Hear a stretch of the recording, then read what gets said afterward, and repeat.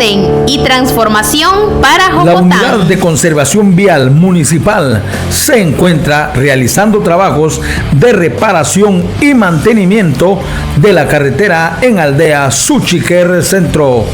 El convoy de maquinaria, luego de finalizar los trabajos de Aldea La Mina, descendió para las comunidades de Oratorio Suchiquer para habilitar el acceso vehicular.